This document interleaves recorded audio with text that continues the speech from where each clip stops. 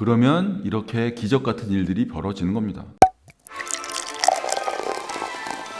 요즘은 중고등학생들뿐만 아니라요, 대학생들, 직장 다니는 분들까지 연기를 배우려고 하시는 분들이 진짜 많아요. 그리고 이런 분들도 계십니다. 딱히 배우를 지망하는 건 아닌데 직장을 다니면서 업무적으로 좀 활용하기 위해서 연기를 배우고 싶어하는 분들도 계세요. 그리고 내성적인 성격을 조금이라도 외향적으로 바꾸기 위해서 연기 훈련을 선택하시는 분들도 계십니다. 오늘은요, 딱히 배우를 꿈꾸는 건 아닌데 연기를 배우면 어떤 것들이 좋은지 몇 가지 이야기들을 한번 해드리도록 할게요. 첫 번째, 연기를 배우면요, 발음 발성이 좋아집니다. 연기를 하는 데 있어서 가장 중요한 건요, 역시나 전달력이에요. 전달력을 높이는 가장 좋은 방법, 바로 발성 훈련, 발음 훈련이겠죠? 말소리가 너무 작거나 발음이 부정확해갖고 일을 하시는데 어려움을 겪는 분이라면요, 이 연기 훈련이 정말 큰 도움이 되실 겁니다. 제가 수업할 때요, 이런 얘기 진짜 많이 해요. 발음이 안 되는 건 정말 발음을 못하는 게 아니라 발음을 안 하는 거라고. 어렸을 때 어떤 특정 발음을 할 때 특정 근육을 안 쓰게 되면요, 성인이 되고 나서도 그 특정 발음이 계속 안 되는 경우들이 많이 있어요. 그리고 자기는 발음 장애가 있다고 생각하게 되는 거죠. 그건 뭘까요? 충분히 훈련을 통해서 발음이 될 수 있는데도 불구하고 왜 발음이 안 되는지, 어떻게 하면 그 발음이 될 수 있는지 그런 고민을 할 기회가 없었던 것 뿐입니다. 그리고 목소리도요, 훈련을 통해서 얼마든지 크게 만들 수 있고 좋게 만들 수 있어요. 목소리는 흔히 목청이 좋다거나 성량이 크다거나 하는 그런 타고나야 되는 게 아니고요, 저는 개인적으로 심리적인 부분이 굉장히 크다고 생각합니다.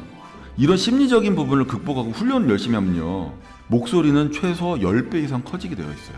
이거는 제가 연기학원을 20년 이상 운영하면서 겪었던 것들이에요. 그리고 사람들 앞에서 말을 많이 해야 되는 직업을 가진 분들도 계시잖아요. 그런 분들 중에 목이 너무 금방 쉬어가지고 일할 때 어려움을 겪는 분들도 많이 계시죠. 역시나 그런 분들도 복식 발성을 익히시면요, 일을 하실 때 굉장히 큰 도움을 받으실 수가 있을 겁니다. 자, 두 번째, 연기 훈련을 받으면요, 성격적인 부분에 정말 큰 영향을 받아요. 예전에 제가 연기학원을 운영할 때 겪었던 사례를 한번 이야기해 드릴게요. 어느 날 고등학교 2학년 남학생이 부모님하고 같이 학원에 온 거예요. 그리고 그 어머니가요, 저를 따로 불러다가 이렇게 긴밀하게 얘기를 하시는 겁니다. 사실 저는 아이가 연기를 하기를 바래서 온 게 아니다. 그냥 아이 좀 살려달라고. 이렇게 말씀하시는 거예요. 연극영화과 못 가도 좋으니까 그저 아이가 살 수만 있게 해달라고. 이야기를 들어보니까요, 아이가 성격적으로 너무 내성적인 거예요. 그러다 보니까 자연스럽게 학교에서 왕따를 당한 거죠. 그렇다 보니까 아이가 학교 다니면서 스트레스도 너무 많이 받고 자연스럽게 우울증도 겪게 됐을 거예요. 그러면서 자살 시도도 수도 없이 했다는 겁니다. 그렇게 아이가 학교 생활도 그렇고 아무런 의욕이 없었는데 그냥 하고 싶은 게 있다면 연기를 하고 노래를 하는 거였대요. 그래서 이 아이 어머니가요, 그래, 그냥 원 없이 하고 싶은 거 해봐. 그냥 이런 마음으로 아이를 학원에 데리고 오신 거예요. 실제로 그 아이는 초반에 학원에서 정말 적응하는 걸 너무 힘들어 했었어요. 그래서 저랑 선생님들하고요, 굉장히 많은 고민을 했었습니다. 이 아이를 어떻게 하면 연기할 수 있게 만들지. 근데 아이가 조금씩 변하기 시작했어요. 저 포함해서 모든 선생님들이 아이를 끊임없이 격려하고 칭찬을 해줬더니요, 아이가 완전히 연습벌레가 된 거예요. 방학 기간이면 정말 학원에 제일 먼저 와갖고 연습을 시작하고 밤 늦게까지 정말 제일 열심히 연습하는 아이가 된 거죠. 그런 시간이 어느 정도 지나고 나서요, 정말 기적이 일어났습니다. 어느 날 아이 어머니한테 전화가 온 거예요. 울면서 말씀하시더라고요. 아이가 집에 와서 노래를 흥얼거리기 시작한다고. 그리고 가족들하고 밥 먹으면서 학원에서 있었던 일들을 이야기하기 시작했대요. 그리고 꿈이 생겼다고 이야기했대요. 뮤지컬과를 가고 싶다고. 결국은 어떻게 됐을까요? 그 아이 정말 열심히 해가지고요, 서울권에 있는 뮤지컬과에 입학했어요. 그리고요, 지금도 정말 하루하루 행복하게 살고 있다고 그래요. 연기는요, 사람의 성격만 외향적으로 바꿔주는 게 아니고요, 말 그대로 사람의 기질 자체를 바꿔놓는 것 같아요. 결국 사람의 성향을 외향적으로 바꿔놓는 거는 자존감에 있는 것 같습니다. 자존감이 높아지니까 자신감도 생기는 거고요, 그러니 성격도 자연스럽게 외향적으로 바뀔 수밖에 없는 거겠죠. 자, 그리고 세 번째, 연기를 배워가지고요, 평생 알바에 도전하는 사람들이 정말 많아요.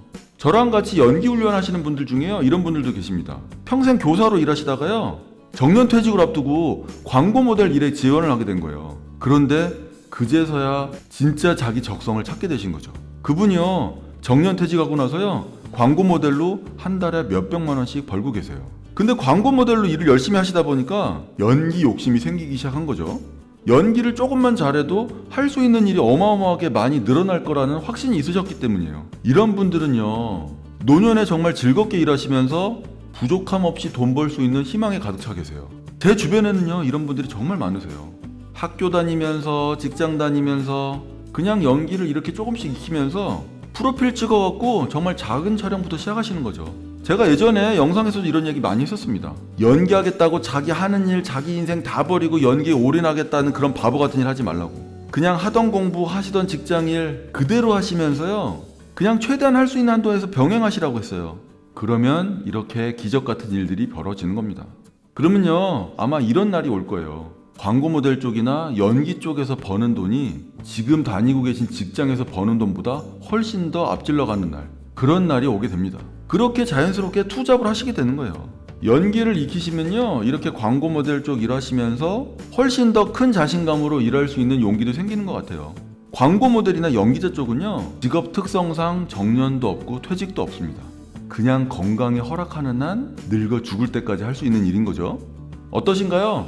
연기는요 꼭 목숨 걸고 해야 되는 그런 직업이 아니에요. 그냥 취미처럼 그냥 자기 개발하듯이 배우셔도요 살아가는데 정말 큰 도움이 되실 겁니다. 자, 오늘 얘기는 여기까지고요. 연기를 한번 배워볼까 망설이시는 분 그냥 부담 없이 그렇게 한번 해보시기를 바랍니다. 자, 이번 주도 최선을 다하시기 바랍니다. 저도 최선을 다할게요. 감사합니다.